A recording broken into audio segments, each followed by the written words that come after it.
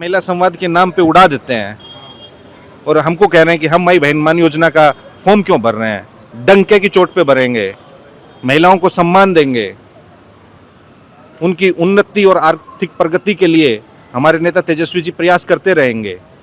17 साल से तो आपको ये भी नहीं सूझा था कि सामाजिक सुरक्षा पेंशन, वृद्धा पेंशन जो आप 400 रुपये दे रहे थे 17 साल से, उसमें बढ़ोतरी करनी चाहिए या नहीं करनी चाहिए। उस पर भी तेजस्वी यादव जी ने आपको नींद से उठाया। आप तो कुंभकर्णी नींद सोए हुए थे। तो तेजस्वी यादव जी का जो विजन है, उनकी दृष्टि है, रोड मैप है, उनका ब्लूप्रिंट है, वो नई सोच के हैं, नए ज़माने के हैं। तो उनकी हर चीज़ को आप कॉपी और उनकी हर चीज़ को नकल करने के सिवा आपके पास अपना कोई सकारात्मक एजेंडा नहीं है। महागठबंधन में और दल शामिल होने की बात चल रही है कि और दल शामिल हो रहे हैं, जेएमएम और महागठबंधन में क्या हो रहा है, क्या होगा, वो आपके समक्ष आएगा। लेकिन आप ये समझ लीजिए, प्रतिदिन लाखों बिहारवासी और हमारी लाखों माताएं बहनें महागठबंधन में शामिल जरूर हो रही हैं। चिराग की पार्टी और मांझी जी की पार्टी में सीटों को लेके आपस में ही तकरार दिख रहा है। देखिए, भारतीय जनता पार्टी और जनता दल यूनाइटेड ने पिछली बार क्या सम्मान दिया था इन दोनों को, अभी भी कुछ नहीं मिलने वाला। प्रतिदिन उनका अपमान करते हैं ये लोग, प्रतिदिन दोनों एक दूसरे को कुछ कहते हैं, प्रतिदिन वो अपने आप को मुख्यमंत्री का उम्मीदवार बताते हैं। परसों भी मुजफ्फरपुर में बताया, तो उसमें तो भारतीय जनता पार्टी के और जनता दल यूनाइटेड के लोग बताएंगे कि उनका आपसी मसला क्या है। लेकिन इतना जान लिया, हमारा जनता के साथ मजबूत गठबंधन है। जनता चाह रही है जो 20 सालों की नकारा, निकम्मी, नालायक जो सरकार है उसको उखाड़ फेंकेंगे। इन्होंने बिहार को बेरोजगारी का, गरीबी का, पलायन का, महंगाई का केंद्र बना दिया है। देश में सबसे अधिक आबादी युवाओं की बिहार में है। देश का सबसे युवा प्रदेश है बिहार। देश में जनसंख्या के आधार पर देश का तीसरा सबसे बड़ा राज्य है बिहार, यानी हर 10वां भारतीय बिहारी है। लेकिन प्रति व्यक्ति निवेश में नरेंद्र मोदी जी ने क्या दिया बिहार को? प्रति व्यक्ति आय में बिहार कहाँ है? साक्षरता दर में बिहार कहाँ है? गरीबी में बिहार कहाँ है? प्रति व्यक्ति बिजली की खपत में बिहार कहाँ है? प्रति व्यक्ति कितने किलोमीटर सड़कें हैं, वहाँ बिहार कहाँ है? तो ये जो आंकड़े हैं नीति आयोग के भारत सरकार के, उसमें स्वयं ये सरकार देखे कि 20 सालों की भारतीय जनता पार्टी और जदयू की सरकार और 11 सालों की डबल इंजन की केंद्र सरकार ने बिहार को क्या दिया है। हमारे नेताजी कह रहे हैं ना कि विक्ट्री चाहिए बिहार में और फैक्ट्री देंगे गुजरात में। आप 11 साल का नरेंद्र मोदी जी के प्रधानमंत्री बनने के बाद एक तुलनात्मक आप आंकड़ा दीजिए कि आपने बिहार में कितना निवेश किया है और गुजरात में कितना निवेश किया है। आप बिहार में खाली ट्रेन चला के कह रहे हैं कि हम ट्रेन चला रहे हैं। क्या बिहार के श्रमिक आपको चाहिए?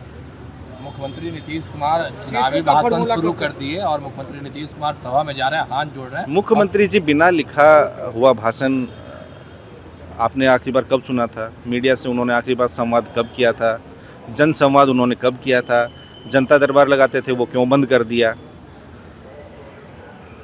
तो मुख्यमंत्री जी ने तो 2020 के चुनाव में पूर्णिया में कह दिया था कि ये मेरा आखिरी चुनाव है। तो 2020 का उनका आखिरी चुनाव था, तो इसमें कहाँ प्रचार कर पाएंगे इस चुनाव में? फॉर्मूला कब तक सेट हो जाएगा महागठबंधन में? मांझी ने कहा है कि हम 243 सीटों पर अपनी तैयारी कर रहे हैं। क्या लगता है कि वो ना वो तैयारी कर रहे हैं और ना कभी 243 पे लड़ेंगे। वो खाली आप लोगों की खबरों में बने रहने के लिए ये देते रहते हैं, बयान देते रहते हैं कि लोग भी जाने कि हाँ यार, जितेंद्र मांझी जी भी एक केंद्रीय मंत्री हैं, उनके विभाग से संबंधित आपने कभी उनका बयान सुना है? चिराग पासवान जी के बयान विभाग से संबंधित आपने कभी कोई बयान सुना है? केंद्रीय मंत्री ललन सिंह जी हैं, कभी उनके बयान विभाग, जिस विभाग के वो भारत सरकार के मंत्री हैं, उससे संबंधित कभी बयान सुना है?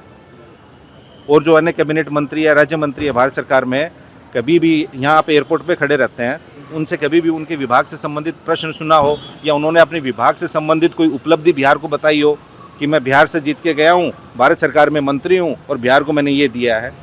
सिवाय नकारात्मक बातें और विपक्ष को कोसने के अलावा। तो जितेंद्र मांझी जी से पूछिए कि आपके विभाग ने बिहार को दिया क्या है खाली। और चिराग पासवान जी से भी पूछिएगा, वो यहाँ उतरते लैंड करते हैं मुख्यमंत्री बनना है, इनको 243 सीट पे लड़ना है। अच्छी बात है, स्वागत है, आप लड़िए, बिल्कुल लड़िए। आपको हम थोड़ी रोक रहे हैं, आपको तो भारतीय जनता पार्टी और जनता दल यूनाइटेड रोक रही है लड़ने से। हम तो कह रहे हैं आप लड़िए, लेकिन साथ में आप इतने समय से केंद्र में भी मंत्री हैं, आपने अपने संबंधित विभाग से बिहार को क्या दिया उसका जिक्र अवश्य करना चाहिए। हमेशा नकारात्मक बात नहीं करनी चाहिए। सीटों का फॉर्मूला कब तक सेट हो जाएगा महागठबंधन में? आप बता दीजिए क्या फार्मूला होना चाहिए। कब तक होगा जानकारी, कब तक मिलेगा? आप आपके पास आ जाएगा। हाँ, बड़े भाई की भूमिका में राजद अभी भी बिहार की सबसे बड़ी पार्टी है। 2020 में भी सबसे बड़ी पार्टी थी, 2015 में भी सबसे बड़ी पार्टी थी, 2005 में भी थी, 2000 में भी थी, 1995 में भी थी। तो राष्ट्रीय जनता दल तो जनता का आशीर्वाद है, सहयोग है, समर्थन है, प्यार है, तो सबसे बड़ी पार्टी। मुख्यमंत्री को लेकर के हामी भरने पर लोग कह रहे हैं कि तेजस्वी के नाम की हामी नहीं भरी जा रही है। देखो भैया, मुद्दा है कि बिहार में सबसे अधिक गरीबी क्यों है, बिहार में देश में सबसे अधिक बेरोजगारी है तो बिहार में क्यों है, बिहार के 4 करोड़ लोग बिहार से बाहर काम के लिए पलायन क्यों करते हैं, बिहार में उद्योग धंधे क्यों नहीं हैं, बिहार में गुणवत्तापूर्ण शिक्षा क्यों नहीं है, बिहार में बेहतर स्वास्थ्य सेवा और सुविधा क्यों नहीं है, इलाज के लिए बाहर लोग क्यों जाते हैं। बिहार का मुद्दा ये है। जो इन मुद्दों को एड्रेस करेगा जनता उन्हें चुनेगी। जो सबसे युवा प्रदेश होने के नाते बिहार के युवाओं की शिक्षा, स्वास्थ्य, विकास और नौकरी की बात करेगा उसे चुनेगी। और बिहार में केवल ये बातें अकेले तेजस्वी यादव कर रहे हैं।